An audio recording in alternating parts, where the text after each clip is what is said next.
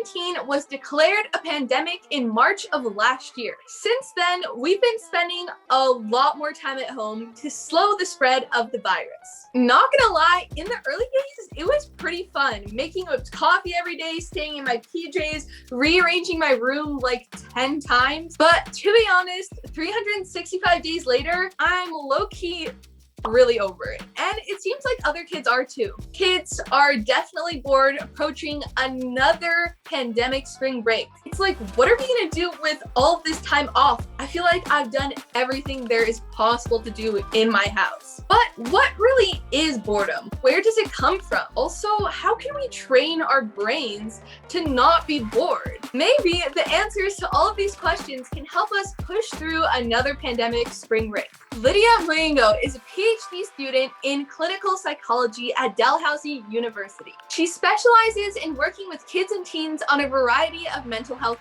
issues. So I got to talking with her about boredom and what effect it has on kids today. So if we're looking at the actual definition of boredom, it's the state of being weary or tired and restless through a lack of interest. Basically, what it's not is, it's not meaning that you have nothing to do. It's about not feeling stimulated or being like energized, or it's like you're not feeling really motivated. Everyone has felt bored at some point in their life. It's really common. In terms of personality, there are some people who are just more prone to be bored, people who need more excitement. They can't really stay focused on one thing at a time, that they need new things all the time. And another thing would be people with negative attitudes tend to be bored more often. So they might think more negatively about what's going on in their lives or just about themselves. How come when we're bored, we feel sorry for ourselves, but when other people are bored, we tell them, oh, just go do this, go do that? Well, I think one part of it, which I'm sure we'll touch on a bit later, is sometimes we say we're bored, but we don't actually mean we're bored. We might actually mean we're feeling sad. We're feeling lonely. We're feeling angry. I think one of the reasons why it's easy for us to tell other people is because we think that they actually just want something to do. But maybe what they're actually saying is, I feel lonely. And what they actually want would be just someone to talk to. What are some causes of boredom? Definitely, especially in COVID, one of them is repetition. When you're doing the exact same thing every day in the exact same way. Maybe you're doing your schoolwork online and you're sitting in the same spot every single day at the same time every day. So a way that would, kind of fight that boredom would be, well, how about you change locations? How about you wear something different? So it's like, even though you're doing the same thing, maybe there's different ways that you can do it. Another thing that can cause boredom, it's kind of the opposite, where you're doing too many things at once, especially with technology. It's possible that you could be on the phone, watching TV, and playing video games all at the same time. And if you're doing all those things with your brain, it's really stimulating. And then when you go to your room, it's like all those things are gone.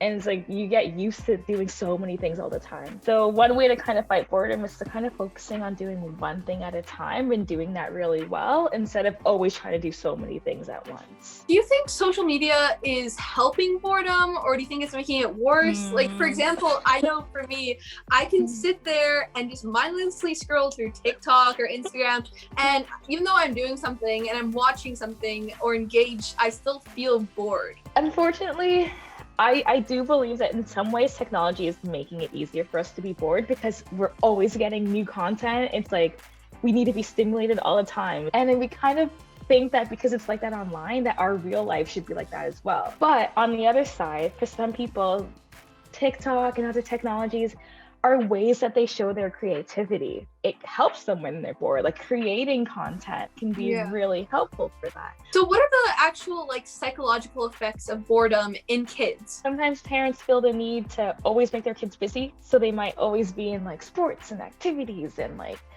extracurriculars and stuff. And when they're bored, it can sometimes actually be a good thing because it gives our brain rest. It gives us a period to just calm down and space to breathe and a chance to take a break. Boredom can be a time to be creative. That's when kids can think of new games to play. So while being bored can sometimes feel really unpleasant, it can actually provide our brains some space to be creative and problem solve. What are some ways that kids can combat boredom? There's a psychological technique called mindfulness. It's all about being present in the moment, because it's really easy to think about, oh, I wish I was doing this, or if only I can do this in the future. Mindfulness is about, what am I feeling right now? How does the chair feel that I'm sitting on? Kind of looking around the room and noticing things that you might not normally notice because we're always on the move. Being really present and focusing on what's happening right now and remembering that it's not going to last forever. It's okay to feel bored, especially right now.